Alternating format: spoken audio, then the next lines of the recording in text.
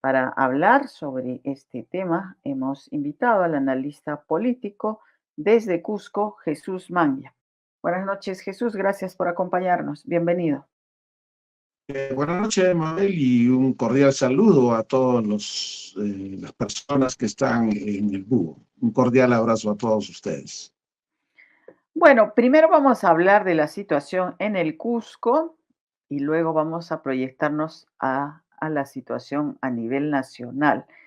En Cusco, que es una región siempre combativa, que tiene dirigentes, organizaciones sociales, etcétera, han convocado a ambas, ¿no? Una protesta, un paro este 19 de julio y también a marchar en fiestas patrias, pero pareciera que hay algunas divisiones. ¿Cómo está el clima allá? ¿No? Y esto no solo ocurre en el Cusco, lamentablemente, incluso para gestas ciudadanas, patrióticas, los peruanos a veces no logramos ponernos de acuerdo. ¿Qué está pasando en el Cusco? Bueno, en el aspecto del tema social, la semana pasada hubo un desalojo de 7.000 familias o productores en el mercado o en el campo ferial de Huancaro, que fue realizado por el gobierno regional, sin haber cumplido previamente la construcción de mercados zonales a las que debía trasladarse a los productores. Esto ha generado una protesta generalizada en los productores porque ellos vienen desde provincias y bueno, quedó un poco maltrecho el gobierno regional. Ese ha sido, digamos, el centro más importante de lo que ha significado el Cusco. Luego hubo marchas del Frente Defensa de la Convención y el día de hoy en Calca, también contra el gobierno regional por el tema de diferencias territoriales que tienen ambas provincias, porque como siempre, no solo ahora, el Congreso siempre ha actuado a espaldas de la realidad y resulta que hay una aprobación territorial que superpone un distrito contra otro y eso ha generado un conflicto que ya tiene muchos años que no se resuelve, pero que cada cierto tiempo vuelve a generar, digamos, movilizaciones.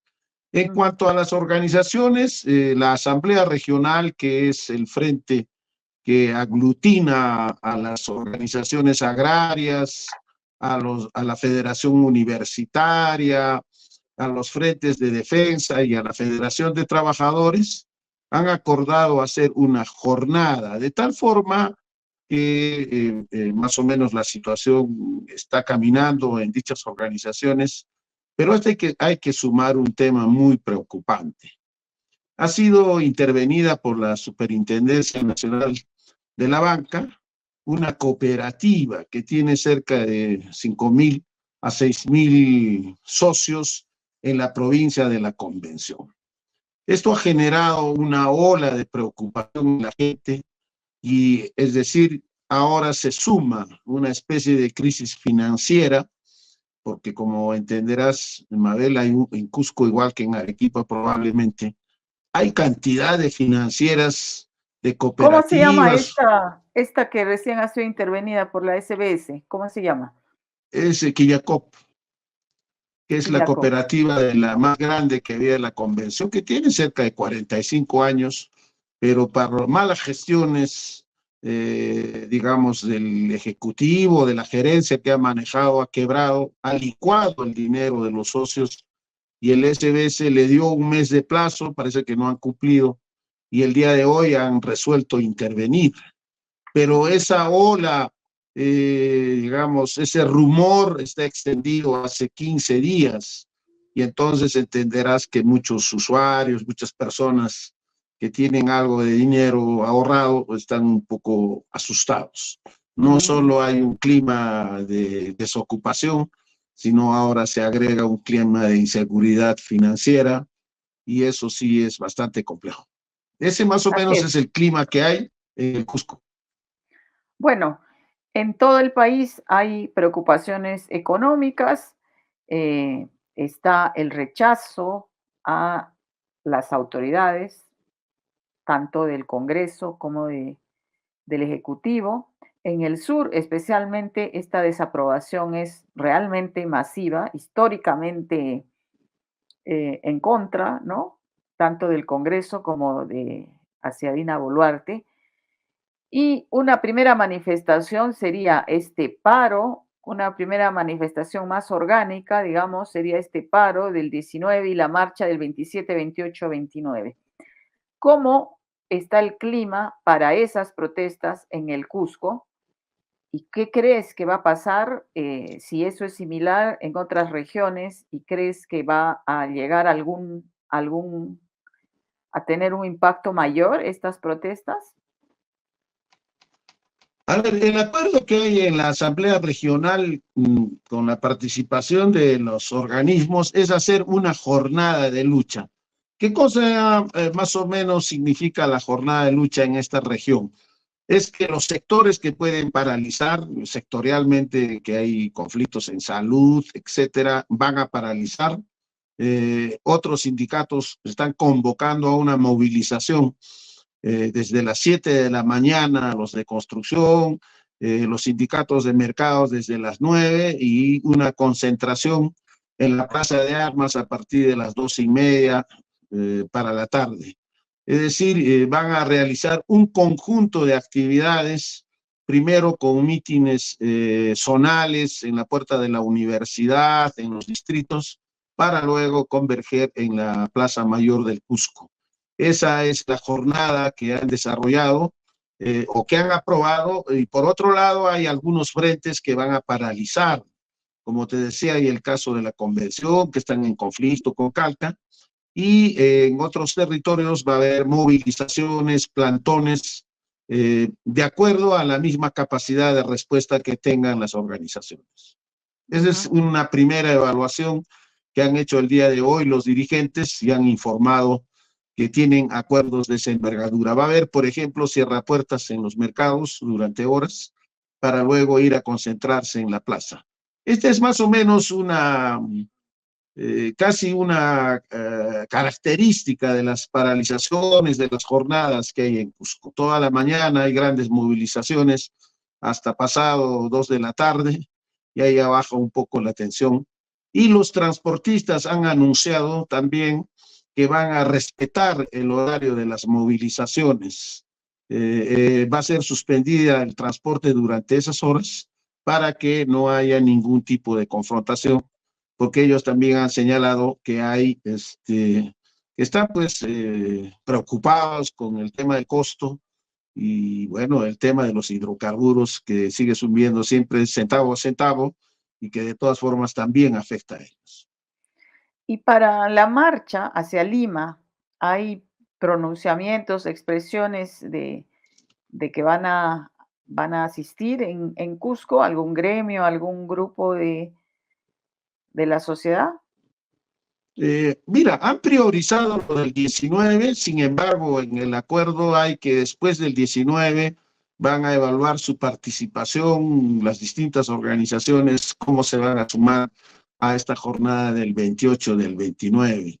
Ahí también, Mabel, es bueno entender que hay un debate dentro de las organizaciones sociales, no solo en el Cusco, sino también hemos podido conversar con muchos frentes regionales.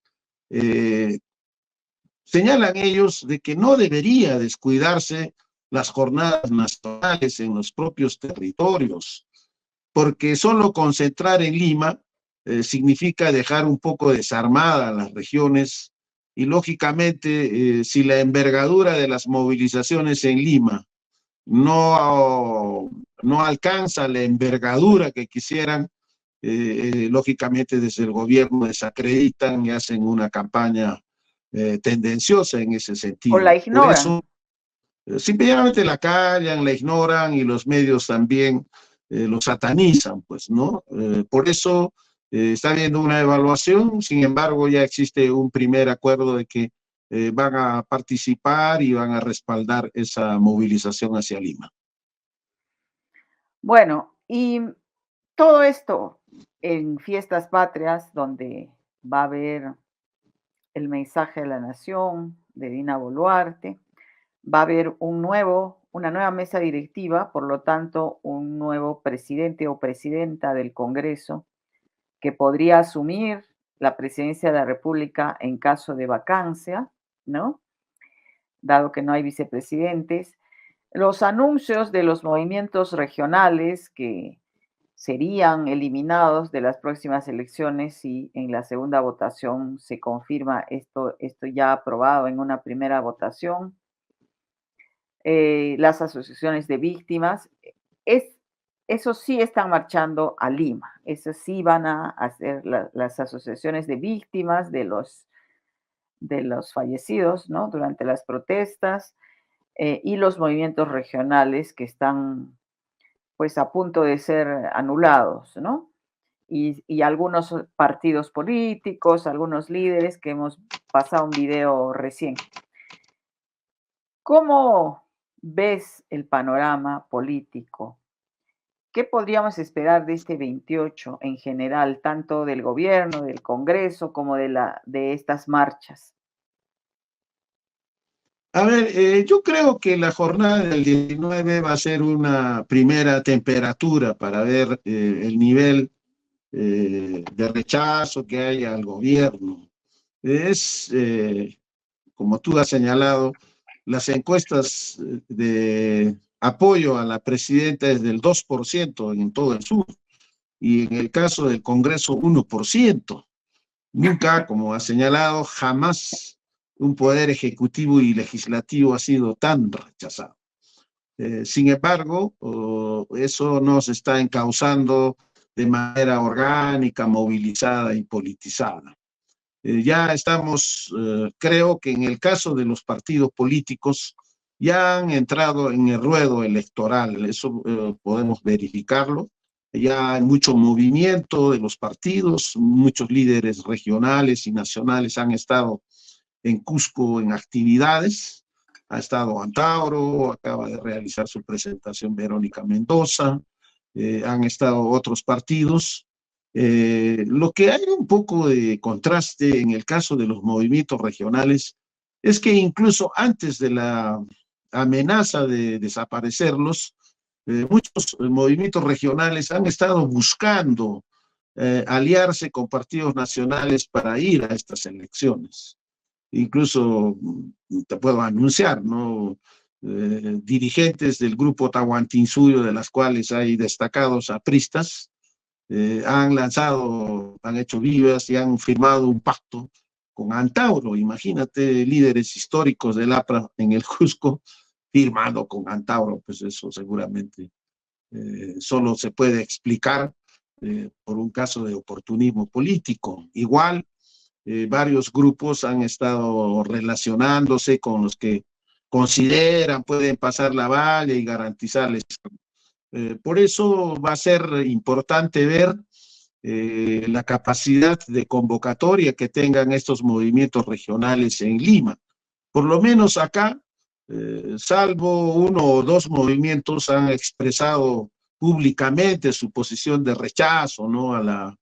A esta pretendida ley de desaparecerlos, pero los otros que hay ni siquiera han expresado su posición, señal de que, bueno, no existen, salvo cuando convocan las elecciones regionales, aparecen pues como hongos muchos candidatos o muchos movimientos regionales. Pero ya en el plano social, respecto a la movilización de los familiares, como entiendes, acá también hay una asociación, porque han perdido la vida varios. Ellos van a estar en Lima y van a contar con el respaldo, siempre han contado con el respaldo de las organizaciones más importantes, sociales y laborales de Cusco en ese viaje. ¿Cómo serán eh, unas elecciones regionales y municipales si se concreta esta eliminación, ¿no? En la práctica de los movimientos regionales? En la mayoría de regiones, desde que se elige estos gobiernos regionales, muy pocos han sido los partidos nacionales que han ganado elecciones. En general, son los movimientos regionales. Eso es eh, clásico en el Cusco, en Puno, en Ayacucho, en Arequipa. Quizá en algunas regiones del norte, algunos partidos como Acción Popular, el Fujimorismo han ganado algunas elecciones, ¿no? Pero la gran mayoría, sobre todo en el sur, son movimientos regionales que además hay muchos, en Arequipa había 10 en las últimas elecciones, han hecho la política, mal que bien, han sido los protagonistas de la política en los últimos años. ¿Cómo imaginas unas elecciones en las que ya no haya movimientos regionales y sean los partidos políticos, estos partidos políticos que están en el Congreso, los que protagonicen? Porque aparte ya no se pueden inscribir nuevos, o sea, afiliar a los partidos. Bueno, eso es para las elecciones congresales, pero hasta octubre tendrían plazo para afiliarse. En fin, ¿cuál es el efecto nocivo en todo caso, o no es nocivo para los ciudadanos, esta medida del Congreso? Claro, como tú has señalado, casi todas las últimas elecciones quienes han ganado básicamente son los movimientos regionales en sus respectivas jurisdicciones. Son escasos los partidos que tienen una presencia regional. Yo creo que es una jugada de ajedrez, Mabel. ¿Qué han conseguido con esta primera aprobación? Primero, que los partidos o los movimientos regionales se preocupen y vuelvan a reaccionar. Habrás visto, he visto también conferencias en Arequipa que han resucitado varios movimientos regionales, fijando posición. Primero los han reactivado porque estaban calladitos esperando las elecciones regionales, los han reactivado.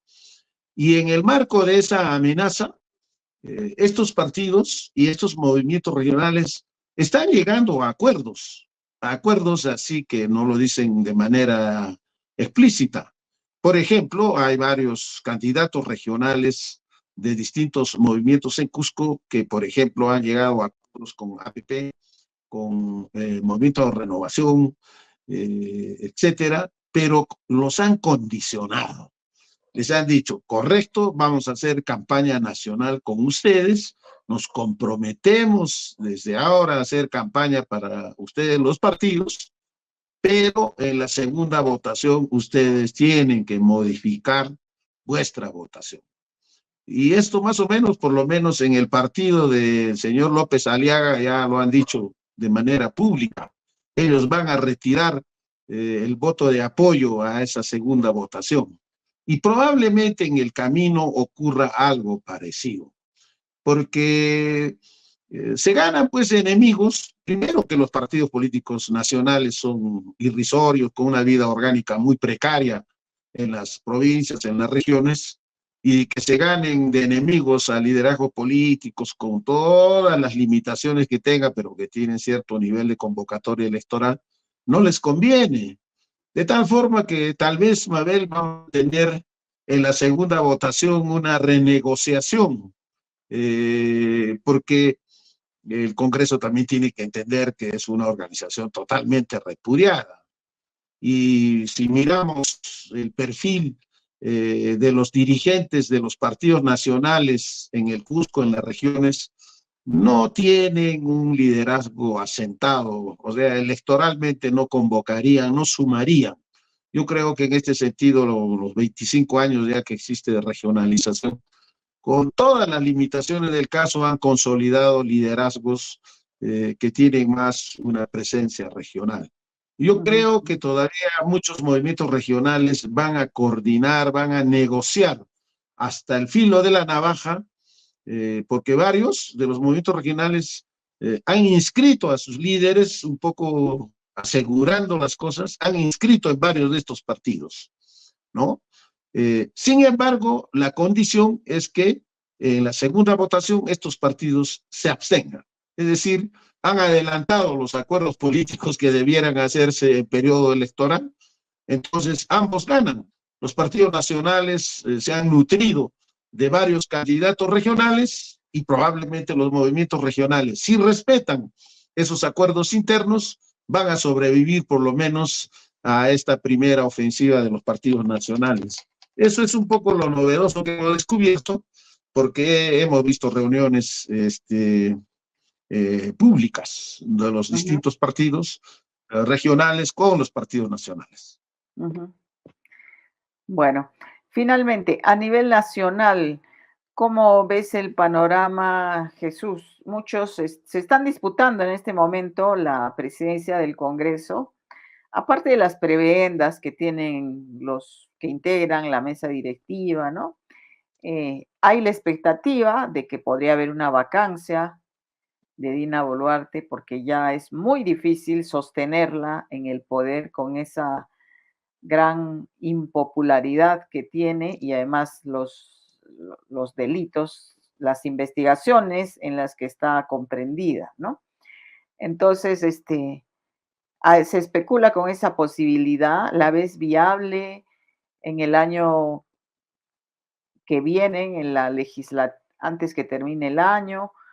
Porque el 25 ya no se podría, a partir de julio, ¿no? Del 25 ya, no, por el contrario, ya no se convocarían elecciones, pero sostenerla este año es un poco difícil. Y el Congreso va a seguir haciendo y deshaciendo con la Constitución, pese a tener una legitimidad tan escasa, con 3% o 2% o 5% de aprobación en, en general. ¿Es sostenible esto? ¿Cómo va a ser este año?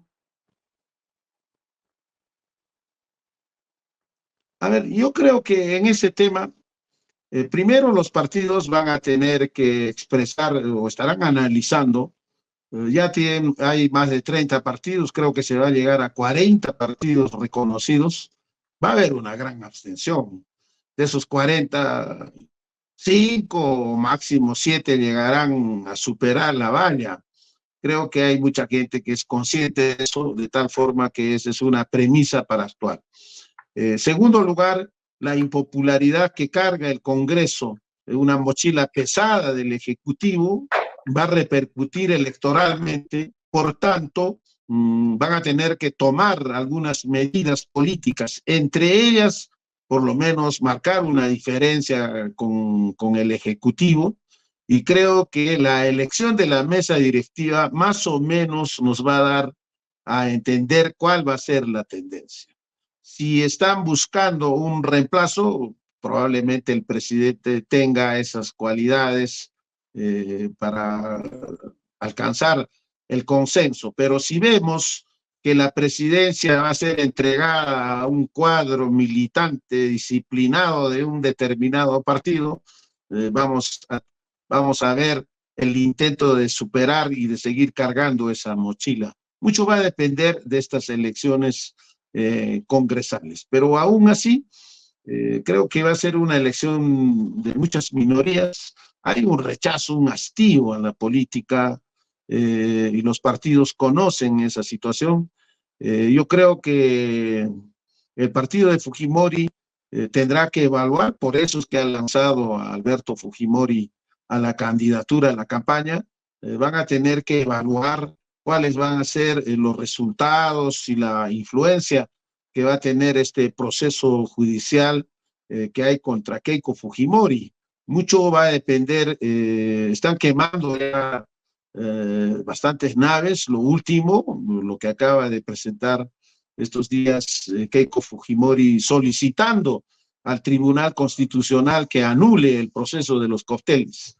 Es decir, pareciera que está casi aceptando en la práctica que va a salir derrotada o sentenciada en el Poder Judicial y entonces está tomando sus precauciones con anticipación, solicitando la intervención del Tribunal Constitucional. Eso, como ¿Intervendrá? verás, va a remover. Estamos preguntando eso en la encuesta. ¿Crees que el Tribunal Ya, Constitucional se atreva a darle la razón? yo creo que sería una aberración. Ya el propio tribunal también tendrá que medir sus propias opiniones. Tú has escuchado seguramente a Blume, al constitucionalista Quiroga, que son recontra fujimoristas, decir, bueno, hasta ahí no llega pues la impunidad, ¿no? ellos mismos reconocen que no puede participar en la Constitución. Esa es una forma de expresarle también al fujimorismo que hay un exceso. Pero del tribunal podemos esperar cualquier cosa. Cualquier cosa. Esa es la verdad, ¿no?